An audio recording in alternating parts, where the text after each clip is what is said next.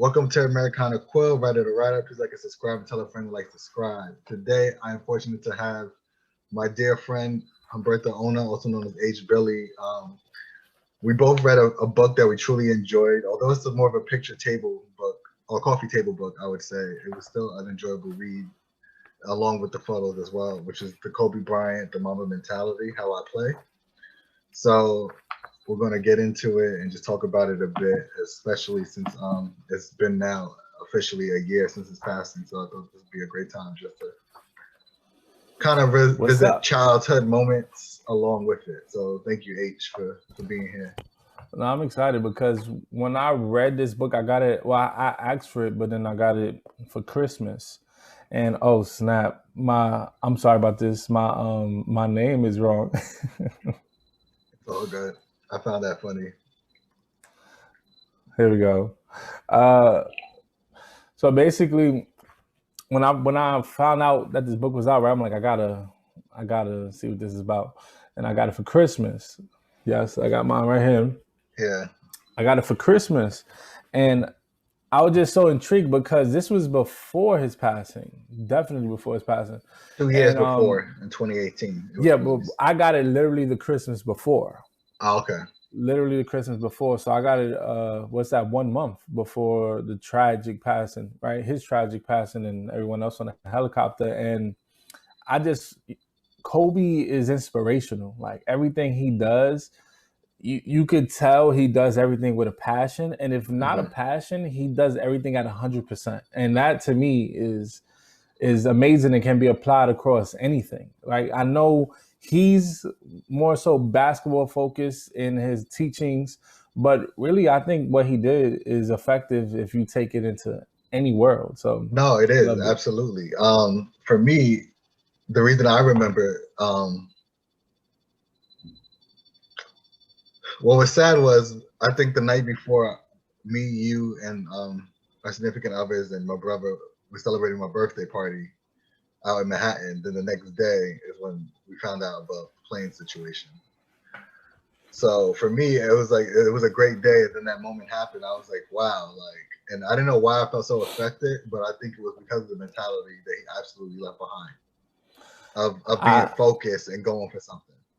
It was my father's birthday. We were at his birthday. Well, we had just left the birthday lunch to that news. It was like the craziest thing because like you said, it affected a lot of people and everybody was trying to figure out, I think for a lot of people who weren't like avid basketball fans, they all realized how much of an impact he still had on them. And they were trying to figure out like, why does this feel so close to home, right? Because as a celebrity, people react to celebrities passing, but no, they don't really know these people. But for some reason, we all felt like invested in Kobe. Like something about the way he moved felt like it was a part of us.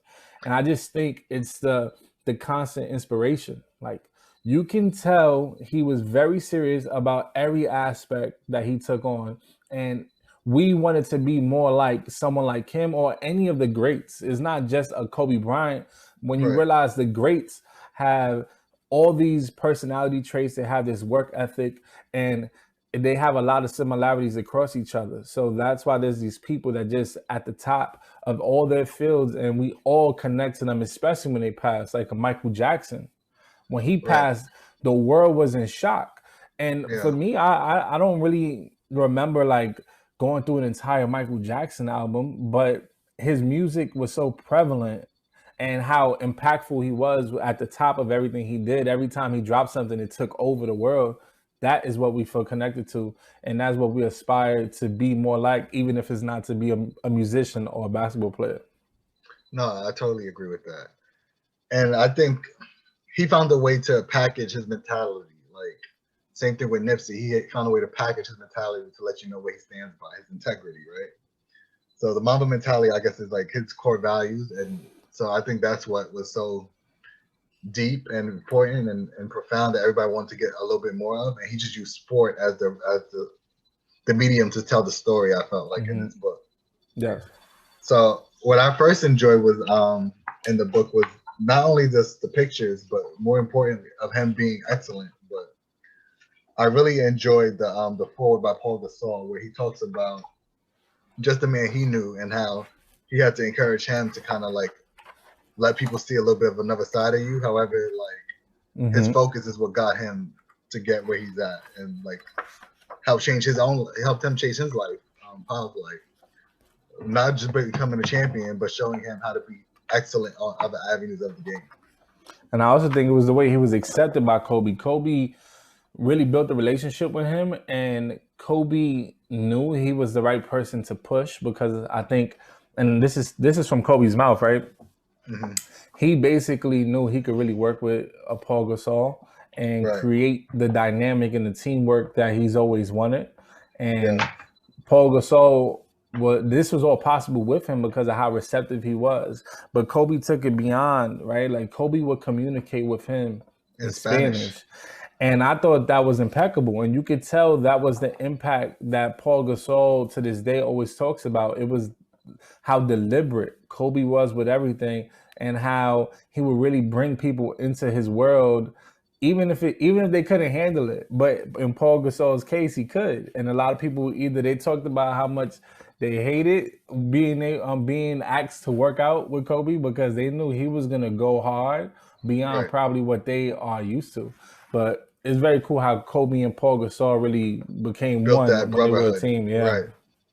No, I agree. So like just the forward that he wrote, I thought now that he's passed and I read it after the passing, I was like, oh wow, like no, yeah, you could tell like there was a deep reverence and deep respect for them amongst each other. So I thought that was pretty cool to start off the book with him doing the forward. And this came out, I think, 10 years before Kobe was traded around. I mean, not Kobe, sorry, Paul was traded. So like the first day he was traded, they instantly went to a room to watch film together to get ready for like their next opponent. And it wasn't much of a hi, how you doing? It was more like, let's get to work. We got a championship to get. For him to be receptive of that, I thought was pretty cool too. Shows you they was on the same wavelength. Yeah. So I guess my first question, although we kind of been just going into it, what would you consider one of your favorite parts of the book, or one of the different parts of the moments of the book? Which is hard for this type of book because it's like a picture table, coffee table book. I know it's a coffee table book, but I feel like the ideas were very potent. Like I know I heard from other people that they wish he would go more in depth on some of the things he spoke about, like his mind frame or why he did certain things. But I felt like it was potent. Like it was not many words of fluff. It was, this is what I did. This is how it's effective. And this is like where I was coming from when I started that habit. And I thought that was amazing. So for me, it was several things that I feel like stick with me super hard. It was his idea to train earlier in the morning. So that way he can rest, go back to training in the middle of the day, rest again, and go back to training. And his idea was, if a guy is working out 3 hours a day, right? He would do 2 to 3 hour sessions 3 to 4 times a day. Right. Insane. So he was recovering in between workouts by eating, taking his naps, reading, and having his time with his family, which was also incredible to me how he found a balance to still do both. Right. But I thought that was an amazing part of the book because we are all trying to figure out how to accomplish something. We're all trying to figure out how to make more time. Like, how do we have more time? And it's not really about more time. It's about effectively using the 24 hours. And I thought that was a very, very powerful idea that he even thought about. If I change my schedule around, I could get more workouts in. And by the end of the summer, when a guy probably worked out 100 hours, I've done 350 hours of working out. And I thought that was amazing. He was quantifying his effort throughout the span of time. And the crazy thing is he even kept the time schedule even during the season. It never stopped him waking up at that time, right? He built that routine where it was second nature. And he did that. That's why he was able to get so many other books out, right? Even after his passing, they already had so many books ready to go because of his work ethic. And that's just a proper time management, I guess, is one of like a Tupac idea. Right. That's like his initial principle is time management to me. It was like, all right, this is how I know you this break is a up little 24 off, hours. But this makes me think about The Pursuit of Happiness with Will Smith, how he had Uh, developed the technique of cold calling the doctors or whoever he was calling in the movie.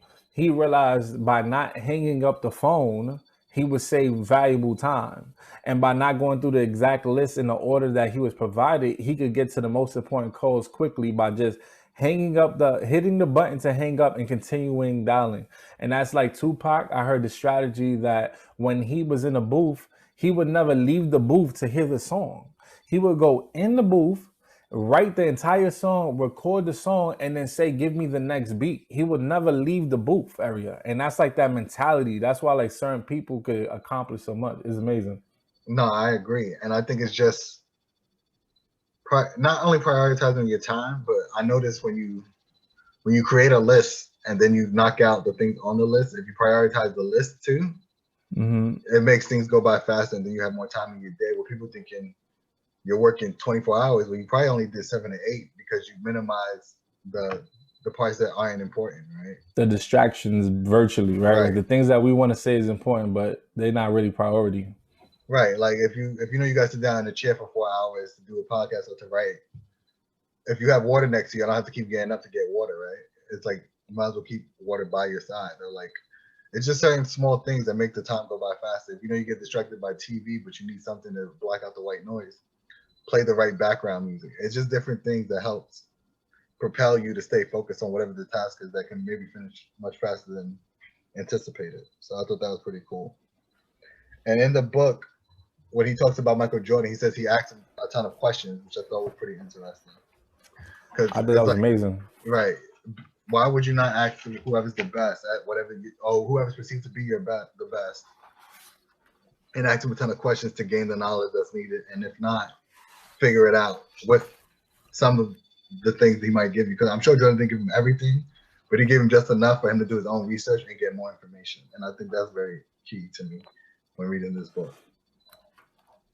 Other people have done that idea, and it just shows you like that approach is something that high level performing people have all adopted. Master P did it when he went to Michael Jackson's lawyer and figured out the publishing split to make him one of the top selling and top earning record labels of all time in history, whether or not people want to give him credit. Kanye West used to do the same thing, and obviously he has accomplished so much in music. He was not scared to go to somebody and look dumb, right? He did it. It didn't matter to him if they didn't want to tell him, if he was embarrassed in the moment. It's like Confucius says, when you ask a question, he who asks a question is dumb for that moment. He who doesn't ask a question is dumb forever. You know, so it's like, if you're going to get the information or not, that's on you. But if you want to be effective, you need to get that information. I think it comes down to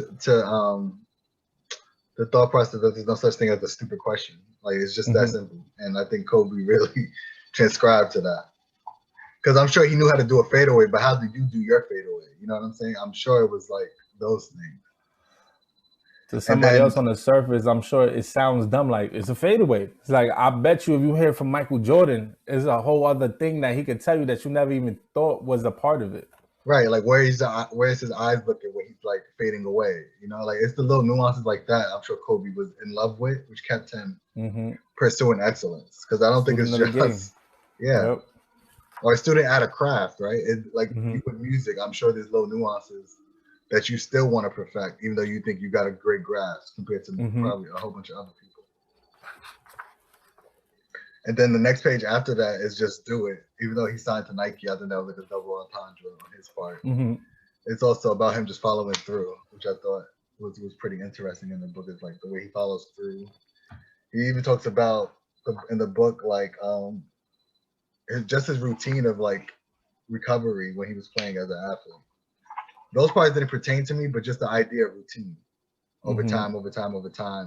It's just a habit, right? And it's like we have so many bad habits. It's like he found a way to make a lot more good habits within his routine, and I think that's what I got out of.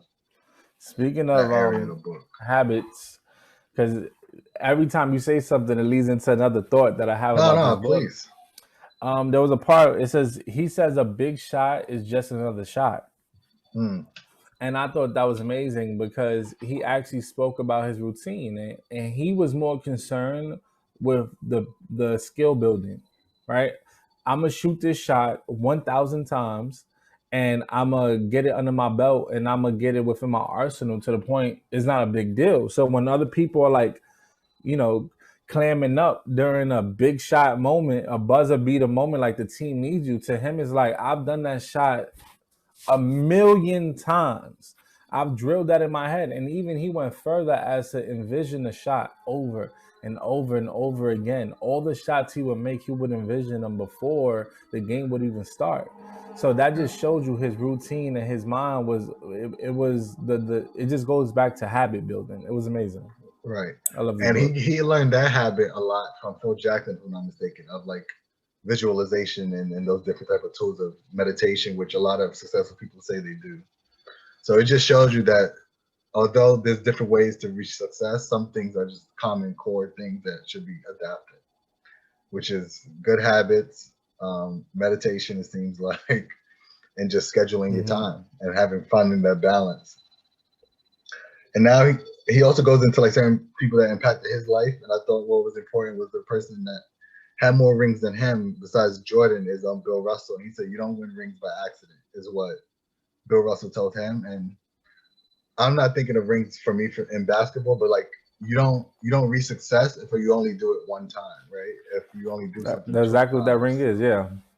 So I thought that was a great reminder for me, just to like keep going on the path. Like it's like a continuous, you just got to keep going kind of thing. And a good coach could be a mentor. He talked about different mentors in the book, as far as like Tex Winter teaching him damn near geometry with the triangle offense. Yeah. And Phil Jackson and things like that. And what I loved is his attention to detail when he talked about reading the ref's manual script, so he knew where he could cheat at, where he could hold that, because they got to watch certain zones of the court as refs, depending on where the ball's at. So somebody willing to do that, beyond. Yeah, is like way beyond their job description. So I thought that was pretty cool. It just shows you though, there's so much more that can be utilized to accomplish, right? Like everyone thinks, oh, if I practice my jump shot, you know, if I practice, you know, my dribbling, I'll be a great basketball player. But what about going above and beyond and reading the ref's handbook, right? It's like no one is thinking of all the ways they can have the edge.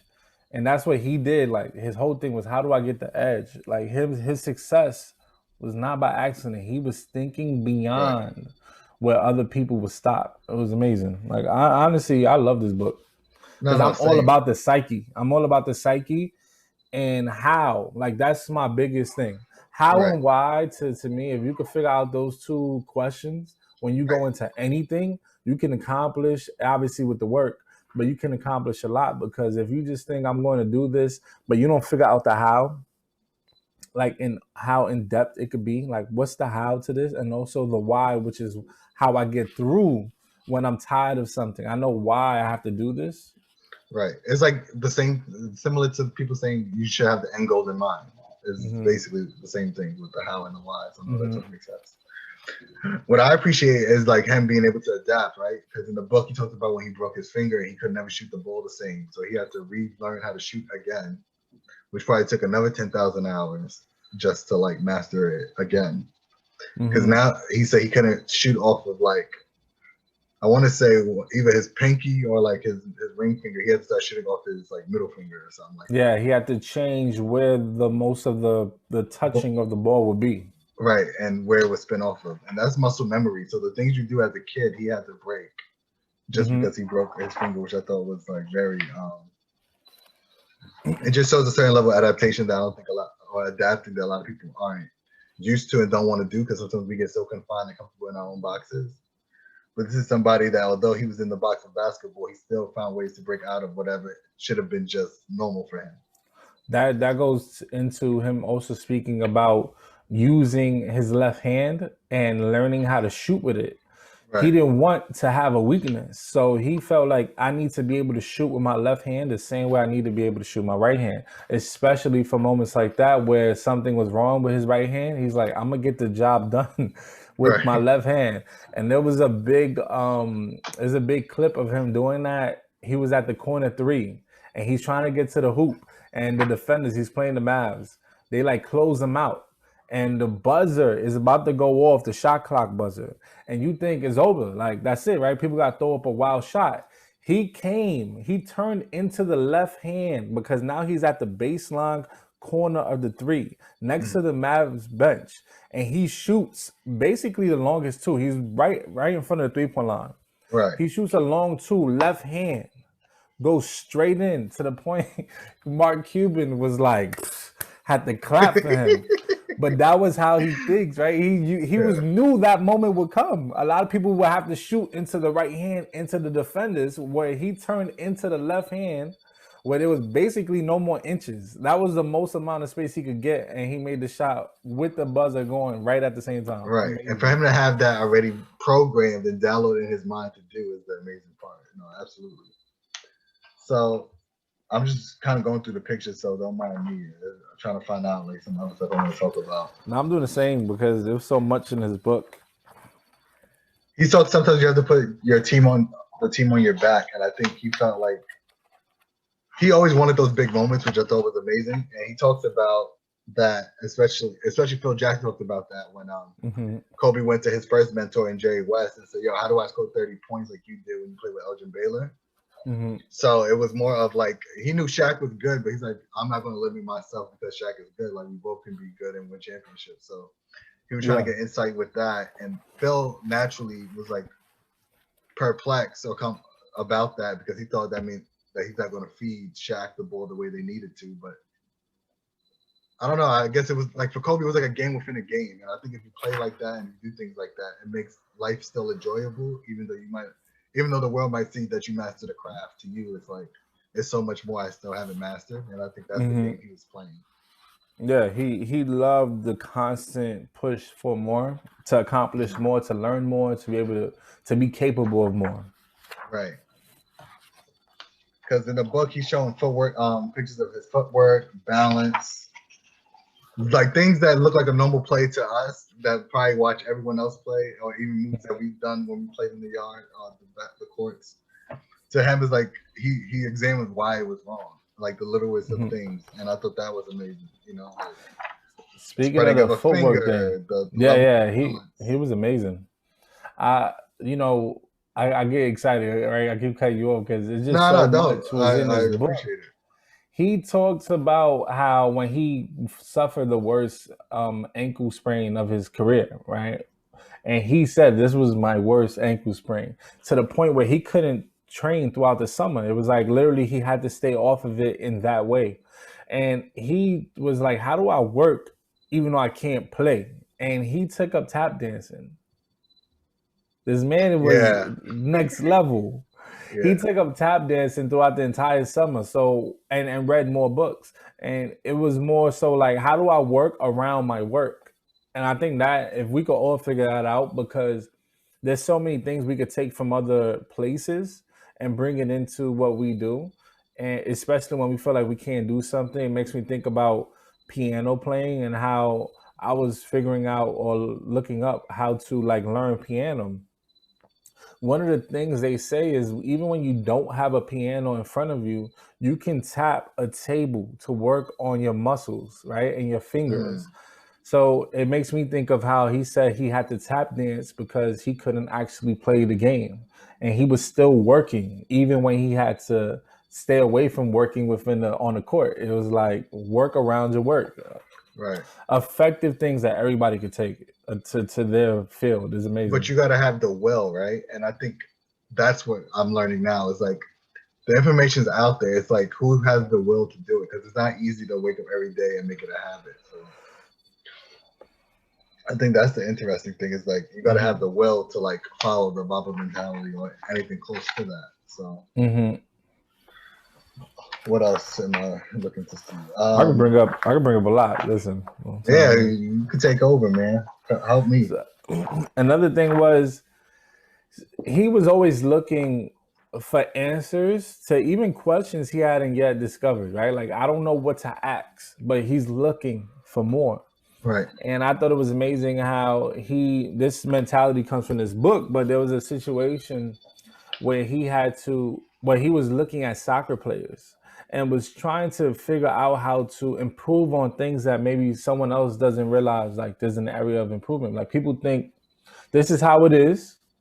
Is there anybody to help him improve? Like you would think in the case of Nike, right? They're bringing him the newest technologies for his sneakers. They're trying to elevate, his performance through the sneaker. But he would bring ideas to them. He wouldn't wait for them. He brought the idea of bringing the low tops from soccer. The idea of how soccer players could stop on a dime, have tons of control, and the low cut shoe, the low cut cleat wasn't a barrier for them. It wasn't a hindrance. Right. And he was like, why can't we bring this into basketball? And for them, it was like, well, we've always had high top sneakers, right? From the first Converse sneakers, right? This is just the way it's done. Kobe doesn't care about how things were done in the past. He was always forward thinking. Right. And now to this day, we have Kyrie Irving, we have Kevin Durant, we have all of them are using low profile, low top sneakers, and Kobe brought that to the game. He revolutionized. You see, I always thought that was a KD thing. I didn't know it started from Kobe, to be honest. No, well, I didn't know Kobe sneakers like that, so I wouldn't have known.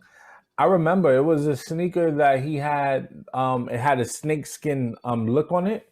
I don't want to say I think it was the 8s at Nike, because I know he had the Kobe 8s at Adidas, but I think it was his 8s with Nike that were the sneaker to be the first low tops in basketball. Yeah, he's one of the few people I know that had two major deals, one with Adidas, one with Nike. So I thought that's how good he was, right? Well, that and because I know the controversy. We're not going to bring up the controversy because we're going to talk about how great this man is. But of course, absolutely, the reason he switched or left one was the controversy, but he made the most of it, which is absolutely, Kobe. which is still amazing. Mm-hmm. I don't know. It's so many things. He talked about Allen Iverson and how incredible he thought he was. Mm-hmm. That was another great thing about this book. He saluted a lot of people and what they were great for. This book is not about like just Kobe. This book is actually about all the great things he has learned from everyone else. And that is a great thing to take away from this book. He was looking towards everyone. Right. I think he felt Kobe, I don't think he would ever admit this, but I think he thought a lot of people were naturally better than him, but he put in the work where he was clearly better than everyone, kind of thing. You know what I'm saying? I think he kind of says that. He kind of says that in a roundabout way. He kind of says that. He knows people just won't outwork him. Right. He's naturally in awe of their natural abilities, but he's like, but they still was an effort with me when it came to like everything else because of the work I put in. Similar to what I think he wouldn't go to practice. Right. Similar to what I think Will Smith is kind of like, and why he's great. When he says that he wasn't necessarily a great actor naturally, but he like said no one would ever outwork him, and he kind of stayed true to that. And look at where he's at today. So I mean, that's how he was effective on the Fresh Prince of Bel-Air. He rehearsed the line so much that he was lipping or mouthing, syncing everyone else's lines, and that just shows you once again this book. The mentality is a great word that is in this title, because this mentality it transcends just basketball. Like everyone who's at the top of their game are using these type of ideas. Right. And I think one of my favorite players is like the first person he talks about, which was Vince Carter. So I'm going to read kind of what he talks about when it comes to Vince Carter. And if you will find the athlete you want to talk about that was your favorite. Just to follow along, what page was that? 136. All right, thank you. So Vince Carter brought the best in me. He came into the league a few years after me and set the world on fire. That sparked the conversation of who was better, Vince or AI. I played with Shaq, so at that point, I wasn't even in the conversation. I was an afterthought. Due to those loud whispers, I always had extra oomph when I played against him. My mentality was I was going to play him on both ends of the floor, and he was going to have help guarding me. By being able to score on offense and personally shut him down on defense, I wanted to let people know my place in that conversation wasn't even up for debate. So that shows like he was aware, but like he still had that, I don't want to say cockiness, but like confidence. Absolutely. Confidence is a good word. Yeah. that he was really much better than Vince in his eyes, but not because Vince wasn't talented himself. Well, I think it goes back to circumstance and how he knew he was aware of what was going on enough to be like, this is why I'm not in the conversation, and this is why they are totally Right. fine. But I'm gonna change this whole conversation, and this is my plan of action. I'm about to Right. tackle it like this. Like he really has talks well about McGrady and a few other athletes. So if you have one that you want to kind of talk Well, about, as he I talks like the about. way he spoke about Rodman and Oh, yeah, okay. Rodman and Jordan and how the Bulls would defend him, but he loved the challenge. Like for him, you know, some people would think, oh, I hate playing against this guy, right? So now it's personal. I hate this guy. Kobe was not like that. It was like, Yeah. I welcome that you are the best at this thing, and I can't wait to figure out how to best you. Like I want to make myself better through what you're the best at, and I'm gonna Yeah. overcome it. He Absolutely. said that with Dennis. And what I found that was no, you're absolutely right. What I enjoyed is that he had players that weren't even like all stars. Also, they talked about was pretty good, like Bruce Bowen and like different things like that. And although it's not in the book, when he was a kid, he wanted to be like Jalen Rose, the same person that hurt his ankle. Mm-hmm. So like, it's just funny how like the world of Kobe was still full circle of because when he did that jump shot when he played against the Pacers, when Jalen Rose purposely put his foot underneath him and hurt him. So I just find that Dirty interesting. stuff. That was dirty stuff. Yeah, that was late '90s, early 2000 basketball for sure. He had to figure out his ways around it, but he Right. wasn't scared of none of it, and that's what was so cool about this book. This book talks about like those challenges that he had to either overcome the fear or overcome just someone else's like shrewd like craziness, and he was down for any challenge. Yeah, I think also helped the places he called home, right? Like first he was like a foreigner in Italy for a bit, and then coming home to Philadelphia, like I feel like those are just two different shocks and different worlds that like if anybody knows about sports and like sports fans of Philadelphia, like they're very tough and harsh. So if he can enjoy that there, I feel like anywhere else would have been like a piece of cake to him, and he just took that mentality with him wherever he went, which I thought was pretty interesting. Like, can we talk about how amazing he knew it was to be a reader, right? Like we're talking about reading his book, but he knew he also needed a mental edge. And I know we're talking about mentality, so it's like very redundant. No, but yeah, I was gonna say even his love for storytelling, right? Like him finding something that's considered totally outside of what you would think Kobe would be into. It's like him wanting to be a storyteller made him invest in the hours and the mental preparation and practice of reading different books of all different ilks. So yeah, let's talk about it.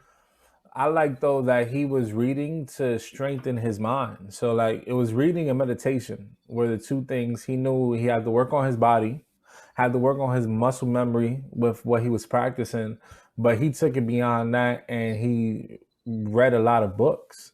And you can tell when he was interviewed everywhere, like he would refer back to things in the teachings of all the authors and how he was using it and applying it because he knew that was the mental edge. It was knowing other information that I can use in basketball, right? Like this is an idea that I'm gonna bring into basketball, and even just working out my mind by reading these books, right? Just for the sake of like working out my mind. No, absolutely. That and meditation from that he got from Phil Jackson. Right. He talks about the Lakers Celtics rivalry from like that he was able to be a part of, even though that was on way before him when Magic and Bird was playing, and even Bill and part of the reason he wanted to be a Jerry Laker. West. Yeah, right. Yeah. Mm-hmm. So I thought that was pretty cool that he talked about like those rivalries and some of those players within that situation, like Ray Allen and Paul Pierce and different things like that.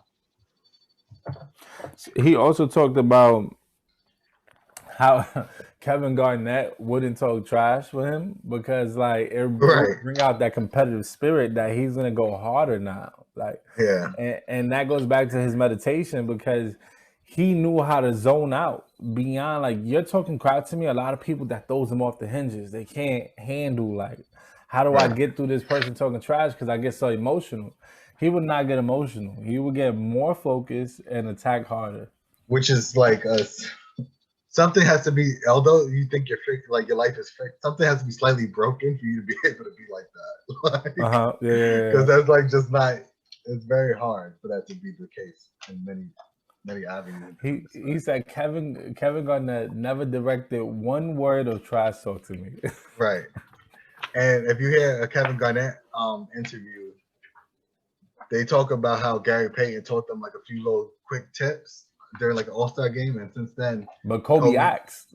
right, and then It wasn't Garnett. He just happened to be next to it. But Kobe was like, "Yo, how do you do this?" Yeah. right, and then Kobe out of nowhere became like all team defense like 3 or 4 years in a row, if I'm not mistaken. So like that just shows you. Because to be honest, I don't even think LeBron got an all. He might have one all defense, but like for Kobe to have like 4 or 5 and still be like a leading scorer, like I don't think people understand how hard that is to do. That's not like such an easy task to accomplish. Mm-hmm. And he kind of, not on purpose, but he kind of talks about Shane Battier not being who he thought he was supposed. Well, Shane Battier being a good defender, but it didn't matter because like the basket stayed stationary, so that shows the level of focus and meditation. Like I guess of like when you're able just to look at one thing and focus on that thing. Yeah, has different photos of the way Battier is like trying to guard Kobe, even like covering his eyes, but like he already knew where the basket was from all his mental preparation, so it didn't matter for that. Like that didn't feel like it. So I thought that was pretty cool that he like explained kind of that moment with him. And then he talks about Meta World Peace a little bit. I feel like I'm just going into a rant that I don't mean to. So sorry about that. Well, one of the cool things I thought was on national when they played in the Olympics, and he talked about how he used that time to really work with Dwayne Wade, and Dwayne Wade was really good at the fast game and stealing. So he was like, "This is an opportunity for me to really work on capitalizing off the steals." And he wanted to be. He used that time on Olympic teams like, "There's plenty of scorers here. I'm gonna do the opposite. I'm gonna worry about my defense, and I'm gonna try to shut down their best player every night." And then he would have kind of Dwayne Wade there in tandem with him, and he used that as his motivation. Like, I got D Wade here. Me and him on the same page. We're both gonna shut these people down. So he used the opportunity to do something else. He was like, "Y'all don't need this much scoring from me. Right. I'm gonna be the best defender on the team." No, I thought that was amazing. That like you're the best scorer out of all of them, but you still chose to be like, "No, I'm gonna do defense. I'll let y'all worry about this." He saw it as an opportunity. It was beyond like, "Oh, I need to score." He saw it like, "This is a perfect situation for me to be the best defender." Like, right. It reminds me, although Kobe did at a higher level, it reminds me of when not Kobe, Jordan and Pippen chose to shut down Tony Kukoc. So like they decided just to play defense and let everyone else worry about the offense. So like I just thought like that level of tenacity is like something that should be rewarded and should be talked about for sure. So when you were reading this book, did you race to the end of it, or did you like take your time and like really seep in all the information the very first time you read it? It's written so simple but so clear, so it's hard enough to just keep flipping the pages because it's just so interesting on how they decided to execute the book.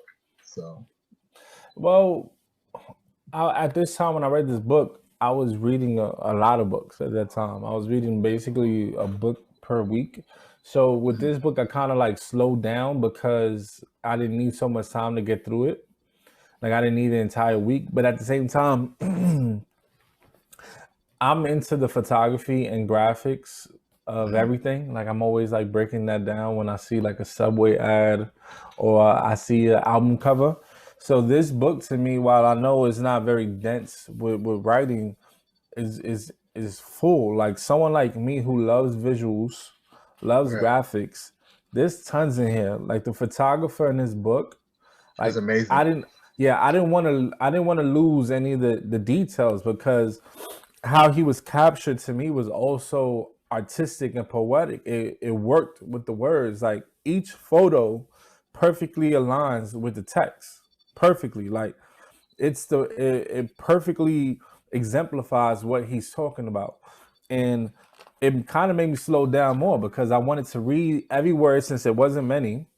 And then I wanted to see the pictures and really read the room. Like there's one picture of him in the locker room at during the Olympics, Team USA, and he was talking about how all the players were listening to music, singing and dancing, and that's how they got into the game.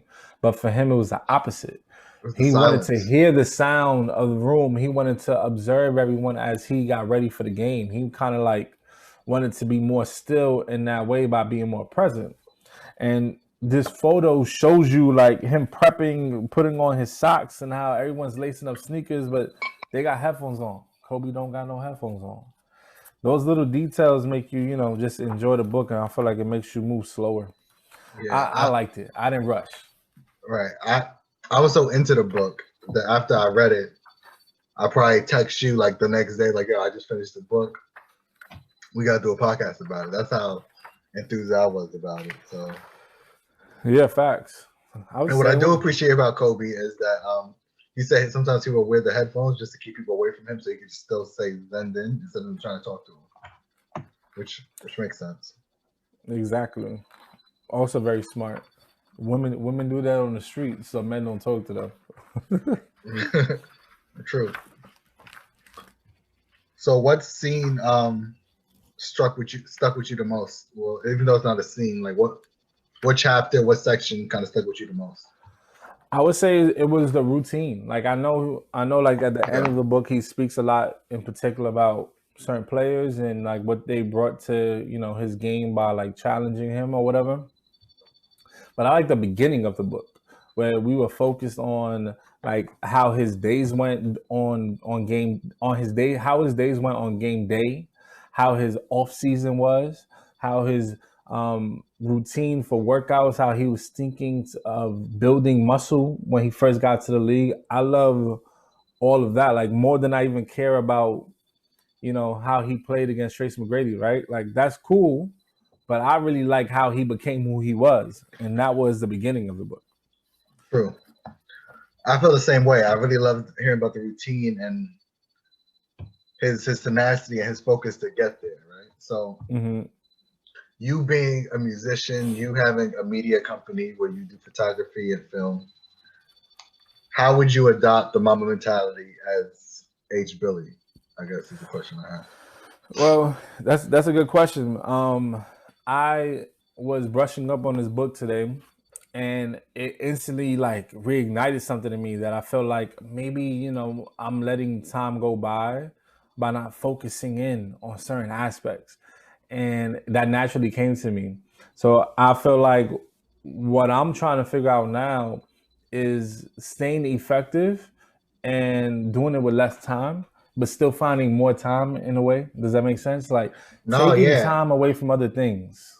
I think it's something that me and you talk about a lot, right? Because anytime you ask me what I'm up to, I'll tell you what I just finished accomplishing, and you like, you did all that today. I'd be like, yeah, and you would ask me how, and me not putting two and two together. It's the just prioritizing your time, right, and not letting idle time become your enemy. So I Mm-hmm. think once you do that, I think you'll find out you have a whole bunch more time for family, to spend with friends. But it's Mm-hmm. like once you knock out the work first, everything else becomes simple. So I want to Exactly. get back to waking up early again because I kind of fell off of that routine a little bit. But I used to do 5 o'clock, 4:30 wake ups when I was like in Mm-hmm. writing mode. Like I would wake up Mm-hmm. to write, Mm-hmm. do my 9 to 5 job, and then do maybe a little bit more writing. So I definitely want to get back into that, but I have to find things that I'm passionate about to wake up that early. If it's not writing, then maybe it's for me to read and finish out a book earlier than I anticipate myself finishing. So I just got to find certain things that gets me excited to wake up out the bed because it's hard, especially when you're in New York. It's super cold. You just want to stay in Mm-hmm. your sheets. So I definitely want to reignite that into my my lifestyle again is waking up early just to like focus on getting some things done for myself, so I don't have to think about it in the evening, and there's no reason for me to be tired because I already did it. You know. Same thing. I want to adopt more of that in the same way that you do. I've kind of like pushed myself at night to continue working to the point where I wake up late the next day. And it's something about, I might still get the same amount of time in a day, but it's something about waking up late that messes with you a little bit. Like you feel like you've lost time. It's Right. interesting. Because the But sun's out. That's when we're supposed to be up. That's when we yeah, feel yeah, yeah. different endorphins and Yeah, things. your circadian clock, I believe is what it's called. But Okay. basically, my main thing I want to take from this book is the focus. Like, I Yeah. think he also mentioned it in his book. He was like, it's great to be good at other things, but he's like, if you want to be great at something and be known for something, you have to be focused. And revisiting this book instantly made me think of how I was going to use it in both worlds, because I feel like I'm spreading myself thin. And like you said, I'll marvel at what you accomplish in a day, because I feel like I haven't been able to check off everything the same way you have. But it's really because I'm doing a lot, but I'm doing so much across the board that a lot of things are going unchecked in my day, and I have to focus in, get my checklist going properly within the music and my video production company. So I feel like I could actually accomplish more by doing less. And that's what I'm taking from revisiting this book. Yeah. Also, from a book I read that's not this, but it kind of ties in with the focus and the mentality is the seven um, daily habits or seven habits to be highly effective by the most highly effective Yeah, people. yeah. I know the One of the book. habits is like making a list, and then from there, like checking things off the list. So for me, it's more of I use my Sundays to be like my brainstorming day of what I want to accomplish through the week. And if I get to check all that off, then I can live with myself. I don't feel like I wasted time, right? So it's like I think me doing that helps me prioritize what's realistic and what's like an ambitious goal for the week, kind of, and like how do I get it done, and then it makes you just be mindful and prioritize that. So I think that's something that I think a lot of people, if they would do that, they'll feel more better about their time. Yeah, you saying that right now is perfect timing, because as I was saying, I want to focus in more.